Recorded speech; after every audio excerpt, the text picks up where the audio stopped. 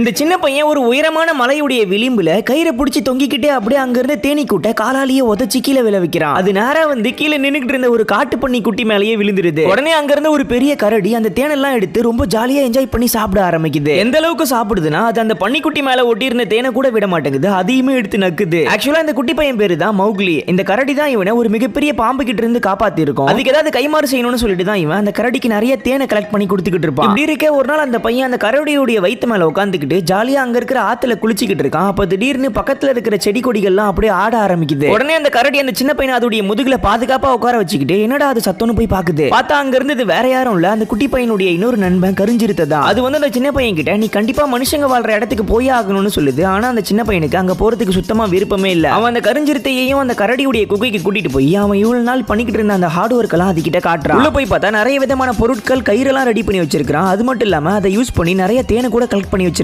அதெல்லாம் பார்த்த பிறகு கூட அந்த கருஞ்சிருத்தையுடைய கோபம் குறையவே மாட்டேங்குது. நீ கண்டிப்பா மனுஷங்க வாழ்ற வில்லேஜுக்கு போய் ஆகணும்னு சொல்லுது. அதை பத்தி 3 பேரும் ரொம்ப நேரம் டிஸ்கஸ் பண்ண பிறகு நான் சரி நாளைக்கு போகலாம்னு சொல்லிட்டு அந்த கருஞ்சிருத்தை ஒத்துக்குது. அதனால 3 பேருமே அதே இடத்துல தூங்கிடுறாங்க. அப்ப நடுராத்திரி திடீர்னு யானைகள் கத்துற சத்தம் கேக்குது. என்னடா அதுன்னு நம்ம மௌக்லி வெளியில போய் பார்க்கறான். பார்த்தா ஒரு குட்டி யானை அங்க இருக்கிற ஒரு குழிக்குள்ள விழுந்துட்டு இருக்கும். அதை தூக்க முடியாம மற்ற யானைகள்லாம் அதை பார்த்து ரொம்பவே கவலைப்பட்டு அழுதுகிட்டு இருக்குங்க. அதை பார்த்த உடனே நம்ம மௌக்லி என்ன பண்றானா உடனே ஓடி போய் அவன் ரெடி பண்ணி வச்சிருக்கிற கயிறெல்லாம் எடுத்துக்கிட்டு அந்த யானை உளுந்து கிடக்கிற இடத்துக்கு போய் அந்த கயிறை யூஸ் பண்ணி அந்த பெரிய யானைகளுடைய உதவியோட அந்த குட்டி யானையை ஈஸியா மேல கொண்டு வந்துடுறான். அவன் பண்ற எல்லாத்தையும் தூரத்துல நின்னுக்கிட்டு அந்த பிளாக் பேந்தரும் கரடியும் பாத்துக்கிட்டு இருக்காங்க. இதெல்லாம் பார்த்த பிறகாவது அந்த கரடி அந்த கருஞ்சிருத்தையுடைய மனசு மாறிடும்னு நினைக்குது. ஆனா என்ன பிரச்சனைனா ஒரு முரட்டுத்தனமான புலி நம்ம மௌக்லியை சாகடிக்கிறதுக்காக துடிச்சுக்கிட்டு இருக்கு. ஆல்ரெடி அது ஓநாய்களுடைய தலைவனியை கொன்னுடுச்சு. இப்போ இவன் இந்த காட்டுல இருக்கிறது ரொம்பவே ஆபத்து. அதனால அவன் மனுஷங்க வாழ்ற இடத்துக்கு போய் ஆகணும், அதான் ஒரே வழின்னு சொல்லுது. இது சொன்னதுக்கு அப்புறம் தான் அந்த கரடிக்கு என்ன விஷயம்னு புரிய வருது. அது தெரிஞ்சதுக்கு அப்புறம் அந்த கரடி தன்னுடைய மனசை கல்லாக்கிக்கிட்டு மௌக்லி அந்த காட்டை விட்டு போகணும்னு சொல்லிட்டு அவன் கிட்ட போய் சொல்லுது. என்ன சொல்லுதுன்னா நான் உன்னை என் நண்பனாலாம் பார்க்கல,